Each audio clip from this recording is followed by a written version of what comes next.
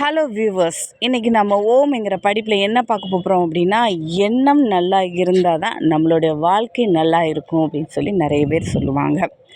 இது இங்கிலீஷில் என்ன சொல்லுவாங்க அப்படின்னா தாட் அப்படின்னு சொல்லுவாங்க.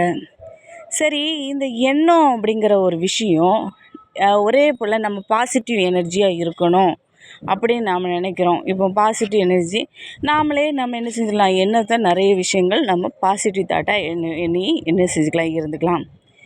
சில நேரங்களில் பாருங்கள், நிறைய நம்ம லைஃப்பில் பாருங்கள், ரொம்ப ஒரு ஒரு பர்சன், அதாவது ஒரு நபரை நம்ம வீட்டுக்குள்ளே ரூமில் அடைச்சி போட்டு அவங்கள அடி அடி அடி அடின்னு அடிக்கிறோம். உணர்வால் காயப்படுத்துகிறோம். உடலால் முதல்ல அடிக்கிறோம், உடல் காயப்படுது. அடுத்தது உணர்வால் நம்ம என்ன செய்யும், காயப்படுத்தப்படுறோம். ஒரு சும்மா இருக்கிற ஒரு பெண்ணை என்ன செய்கிறது அப்படின்னா சந்தேகப்படுறது. சந்தேகப்படும்போது அடுத்து எதால் பாதிக்கப்படுறாங்க, உணர்வால் பாதிக்கப்படுறாங்க, உடலால் பாதிக்கப்படுறாங்க, உருவத்தாலும் பாதிக்கப்படுறாங்க. எப்படி உருவத்தால் பாதிக்கப்படுறாங்க, அடித்த உடனே என்ன ஆகும், உடம்புல ஒரு வீக்கம் போட்டுவிடும், வறுமை அடியாக இருக்கும். இப்படியெல்லாம் நிறைய அடுத்து உயிருக்கு ஆபத்து. அதாவது என்ன செய்யுது, வறுமை அடித்து கொஞ்சம் கொஞ்சமாக என்ன செய்கிறது, அதாவது நம்ம கொன்ன மாதிரி இருக்கக்கூடாது. ஆனால் அதே சமயத்தில் என்ன செய்யணும், அதை நம்ம என்னது ஒரு ஒரு அவங்கள மர்டர் பண்ணணும், கொலை பண்ணணும். கொன்ன மாதிரியும் இருக்கக்கூடாது, ஆனால் கொலை பண்ணணும், ஆனால் இறந்து போகணும். அப்படி இறந்து போகும்போது தானே நம்ம அடுத்த இரண்டாவது திருமணம் பண்ணிக்கலாம். இந்த மாதிரியெல்லாம் நிறைய என்ன செஞ்சுப்பாங்க, பெண்களை சித்திரவதைக்கு உள்ளாக்குவாங்க. இந்த பெண்கள் என்ன செய்வாங்க அப்படின்னா ஸ்பிரிச்சுவல் சைக்காலஜியாக இருப்பாங்க. வீட்டில் நிறைய என்ன செய்வாங்க, சாமிகளுக்கு விளக்கு போட்டு ஒரு இறைவன் இருக்கிறாரு அப்படிங்கிற ஒரு நம்பிக்கையில், ஒரு பக்தியில் ஸ்பிரிச்சுவல் சைக்காலஜியாக என்ன செய்வாங்க, இருப்பாங்க. அப்படி இருக்கும்பொழுது ஒரு மனநிலை எப்படி இருக்கும் தெரியுமா, கடவுள் ஏன் நம்மளை இவ்வளவு அடிக்கிறாங்க, உண்மையிலே ஏதோ ஒரு தவறு செஞ்சுருக்கோம் அதனால் அடிக்கிறாங்க அப்படின்னு ஸ்பிரிச்சுவல் சைக்காலஜியில் இருக்கிறவங்க எடுத்துப்பாங்க. இப்போது என்ன அப்படின்னா, அந்த பெண் எந்த ஒரு தவறும் இல்லை, இதுக்கு முன்னால் நம்ம யாரையும் லவ் பண்ணிங்க, ஏதோ ஒரு ஜஸ்டிஸ் ஃப்ரெண்ட்ஷிப்பாக நம்ம இருந்திருப்பாங்க. அதாவது நம்ம ஸ்கூலுக்கு போகும்போதோ யாராவது ரொம்ப பிடிக்கும், அது ஒரு ஜஸ்டிஸ் ஃப்ரெண்ட்ஷிப்பு. மகரந்த உணர்வு ஒரு விஷயந்தான் ஜஸ்டிஸ் ஃப்ரெண்ட்ஷிப்பு. மகரந்த சேர்க்கைங்கிறது இருக்காது, பேசியிருக்க மாட்டாங்க, பழகியிருக்க மாட்டாங்க, எந்த ஒரு நபரோடையும் இருக்க மாட்டாங்க. இந்த மாதிரி ஒரு உணர்வை கூட என்ன செய்யும் அப்படின்னா, கடந்த காலத்துலேருந்து ஒரு விஷயத்தை ஸ்டோர் பண்ணி இந்த அசைவ உணர்வு, அதாவது கணவன் மனைவியாக இருக்கும் பொழுது அசைவ உறவுன்னு சொல்லுவாங்க. இந்த அசைவ உறவில் நம்ம யாரை பற்றி நம்ம ஜஸ்டிஸ் ஃப்ரெண்ட்ஷிப்பை பற்றி நம்ம நினச்சி பார்த்தா கூட அவன் கணவன் என்று ஆகிவிடுவான். அதனால் என்ன செய்கிறது அப்படின்னா, இந்த மாதிரி ஒரு உணர்வை கொடுக்கறது, சந்தேகப்படுறது அப்படிங்கிற ஒரு விஷயம் தவறான ஒரு விஷயம். இப்போ சொல்வதெல்லாம் உண்மையில் லக்ஷ்மி ராமகிருஷ்ணன் சொல்லிட்டு ஒரு கேரக்டர் பேசிக்கிட்டே இருப்பாங்க. இவங்க ஆதியில் உள்ள கணக்கு எதுவுமே கேட்க மாட்டாங்க, பாதியில் உள்ள கணக்கு மீதியில் உள்ள கணக்கு தான் என்ன செய்வாங்க, கேட்பாங்க. ஆனால் நிறைய விஷயங்கள் நல்லதும் என்ன செய்வாங்க, சொல்லுவாங்க. நிறைய விஷயங்கள் லக்ஷ்மி ராமகிருஷ்ணன் நிறைய விஷயம் நல்லதாக சொல்லுவாங்க. ஆனால் சில விஷயங்கள் கோட்டை விட்ட மாதிரி என்ன செய்வாங்க, ஆதியில் உள்ள கணக்கு எதுவுமே கேட்க கிடையாது, பாதியில் உள்ள கணக்கையும் மீதியில் உள்ள கணக்கையும் என்ன செய்கிறது, இப்போ என்ன நடந்தது, இப்போ எவ்வளோ நடந்தது அப்படின்னு எக்ஸ்ட்ரா. இதுக்கு முன்னால் ஒரு கணவன் அப்படிங்கிற ஒரு கேரக்டர் இருந்திருப்பான், புருஷன் அப்படின்னு ஒரு கேரக்டர் இருப்பான். அவன்கிட்ட என்ன செய்கிறது அப்படின்னா, அவங்களோட ஒரு நாலேஜ் ஸ்டோர் பண்ண மாட்டாங்க. அதாவது நாலேஜ் என்ன செய்ய மாட்டாங்க, கேட்க மாட்டாங்க, டேட்டா கேட்க மாட்டாங்க, தகவல்கள் என்ன செய்ய மாட்டாங்க, கேட்டால் தான் இப்போ இந்த பெண்ணுக்கு என்ன நிலையில் இருக்கிறாங்க, அவங்க என்னனால் பாதிக்கப்பட்டிருக்கிறாங்க, இப்போ அவங்களுக்கு என்ன செய்யணும் அப்படின்னா ட்ரீட் பண்ணணும், அவங்களுடைய வாழ்க்கையை எப்படி மலர்ச்சியாக ஆக்கணும். சில பேர் பாருங்கள், கணவன் என்ன சந்தேகப்படுறான் அப்படின்னு சொல்லிட்டு என்ன செஞ்சுருவாங்க, ரெண்டாவது யாரையாவது பார்த்து என்ன செஞ்சுருப்பாங்க, ஒரு வீராப்பு, ஒரு வைராக்கியம், அடி வாங்கியிருப்பாங்க.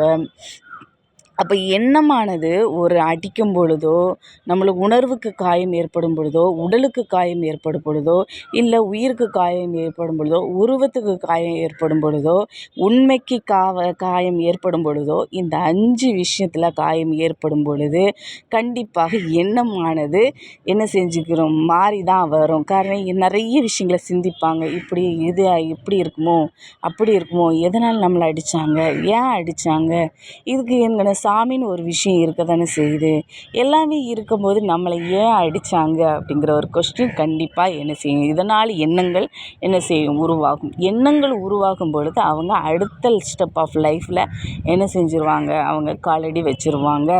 அதனால் அந்த சொல்வதெல்லாம் உண்மையை பொறுத்த வரையும் அவங்க செய்கிறது நிறைய விஷயங்கள் நான் வந்து ரொம்ப ரசித்து பார்ப்பேன். ஆனால் அதே சமயத்தில் அந்த பாதியில் உள்ள கணக்கு எல்லா கணக்கையும் என்ன செய்யணும், கேட்கணும். அவங்களுடைய கணவன் யார், என்ன பண்ணினாங்க, என்ன செஞ்சாங்க, உங்களுடைய உறவு எப்படி இருந்தது, எல்லா விஷயத்தையும் அது கேட்கும்போது தான் அதோடைய உண்மைங்கிறது என்ன செய்யும், துளிர் விடும். இல்லாவிட்டால் என்ன செய்யாது, அதில் எந்த ஒரு பாதியில் உள்ள கணக்கையோ மீதியில் உள்ள கணக்கையோ கேட்டோன்னா எந்த ஒரு பயனுமே இல்லை. இது எதனால் உருவாச்சு? சில பெண்கள் வந்து பேக் ஆஃப் லைஃப் கடந்த வாழ்க்கைக்கு போயிடுவாங்க. சில பெண்கள் பார்த்தா என்ன அப்படின்னா அடுத்த ஸ்டெப் ஆஃப் லைஃபுக்கு என்ன செஞ்சுருவாங்க, என்ன செஞ்சுருவாங்க, அவங்களுடைய வாழ்க்கையை கொண்டு போவாங்க. இப்படி கொண்டு போயாவது ஏதாவது ஒரு வாழ்க்கை நம்மளுக்கு கிடைக்காதா, ஏன் இப்படி அடிக்கிறாங்க, எதுக்கு இந்த மாதிரி வித்தியாசமான ஒரு சிந்தனைக்கு என்ன செய்யணும். ஒரு சமீபத்தில் ஒரு பெண் என்ன செஞ்சுருக்காங்க, 2 குழந்தையோடு இருக்கிறாங்க. குழந்தையோடு இருந்து ஒரு தாயானவங்க என்ன செய்கிறாங்க, கணவர் என்ன செஞ்சுருக்கிறாரு அப்படின்னா கொரோனா டைமில் அந்த குழந்தைக்கு வந்து என்ன செஞ்சுருக்கு, உடல்நிலை சரியில்லாமல் ஆகியிருக்கு. அப்போ வந்து என்ன செஞ்சுருக்காங்க அப்படின்னா அந்த கணவர் வந்து பார்க்க வரலன்னா எதுக்கு பார்க்க வரல அப்படின்னா அவங்களுக்குள்ள சந்தேகம், இந்த குழந்தை யாருடைய குழந்தையோ அப்படின்னு சொல்லிக்கிட்டு அவருடைய நினைப்பு. இந்த பெண் என்ன செஞ்சுருக்கா, கொஞ்ச நாளாக என்ன செஞ்சுருக்கா, 1 மாதமாக மருந்துக்கும் பணத்துக்கும் எல்லா விஷயத்துலையுமே உணர்வாலும் உயிராலும் உருவத்தாலும் மாறுபட்டு என்ன செய்கிறா, 1 மாதமாக கையில் பிடிச்சிட்டு அந்த குழந்தையும் காப்பாற்றிக்கிட்டு என்ன செய்கிறா, ஹாஸ்பிட்டலில் ஜிஹெச்சில் இருந்திருக்கிறா. கடைசியில் என்ன செஞ்சுட்டா, ஒரு முடிவு எடுத்து நம்ம வந்து என்ன செஞ்சுக்கலாம், இவன் வேண்டாம், நம்ம வந்து என்ன செஞ்சுக்கலாம், திருமணம் பண்ணிக்கலாம் அப்படின்னு சொல்லிக்கிட்டு இன்னொரு பையனை என்ன செஞ்சுட்டா, திருமணம் பண்ணிக்கிட்டான். இந்த மாதிரி ஒவ்வொரு நிலைமைகளையும் என்ன செய்கிற ஒரு பெண் பாதிக்கப்படுறா. இந்த பாதிக்கப்படக்கூடிய ஒரு பெண் வந்து இந்த மாதிரி ஒரு மனநிலைக்கு என்ன செய்கிறா, ஆளாகிறா. நிறைய பேர் வந்து இந்த யூடியூப்பில் பாருங்கள், நிறைய பேர் கிண்டல் பண்ணுற மாதிரி நிறைய வீடியோஸ் போடுறாங்க. இப்போ அவங்களுடைய பேசிக் ஆஃப் நாலேஜை எடுத்து பார்த்தா கிளியர் ஆஃப் பர்ஃபார்மன்ஸாக இருக்கும். அவங்க எதுக்காக இது மாதிரி ஒரு ஸ்பிரிச்சுவல் ஆஃப் சைக்காலஜியாக இருக்கலாம், பக்தியின் அடிப்படையில் இந்த மாதிரி மாறி இருக்கலாம், கல்ச்சுரல் இந்த மாதிரி சோஷியல் சைக்காலஜி, இப்படி சைக்காலஜியில் நிறைய சைக்காலஜிகள் இருக்குது. நம்மளுடைய ஒவ்வொரு அதாவது ஸ்பிரிச்சுவல் அதாவது சயின்டிஸ்ட் சைக்காலஜி அப்படின்னா இந்த மாதிரி ஒவ்வொரு சைக்காலஜியை நம்ம எடுத்து பார்த்து படித்து அதை உணர்ந்து அவங்களுடைய உண்மைகளை அவங்களுடைய உணர்வோட அவங்களுடைய உயிரோட அவங்களுடைய உடலோட நாம் என்ன நடந்துன்னு சொல்லி கேட்கும்போது மட்டும்தான் அதனுடைய உண்மை தெரியும் வருமே தவிர பாதியிலிருந்து கணக்கையோ மீதில் உள்ள கணக்கோ எந்த ஒரு பயனும் அளிக்காது. சரி விவஸ், இன்றைக்கி நாம் ஒரு உடலோடும் உயிரோடும் உணர்வோடும் உருவத்தோடும் உண்மையோடும் எப்படி என்ன செய்யணும் அப்படின்னா நல்ல ஒரு வாழ்க்கையாக என்ன செய்யணும், வாழணும். இல்லாவிட்டால் அது ஒரு குழப்பமான ஒரு வாழ்க்கையாக என்ன செஞ்சிடும், முடிஞ்சிடும் அப்படிங்கிறத நான் இந்த இடத்துல சொல்லிக்கிறேன். சரி வியூவர்ஸ், நான் உங்களிடமிருந்து விடைபெறுவது எழிலரசி. நன்றி, வணக்கம்.